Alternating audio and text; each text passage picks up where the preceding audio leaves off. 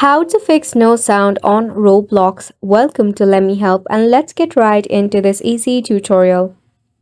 For this, you can launch a Roblox application if you have installed in your device. If not, just launch a preferred browser and search for roblox.com.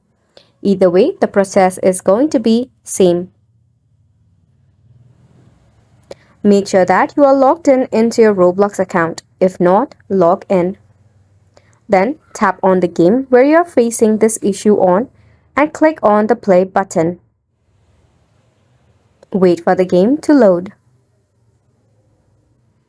Now once the game has begun, in your left hand side you will see the Roblox icon. Click on it. From here, select on the settings option. Scroll down to the very bottom until you see the option of volume. Sometimes when your volume is minimized out, you may have this issue. So make sure the volume is set at preferred or in the max way possible.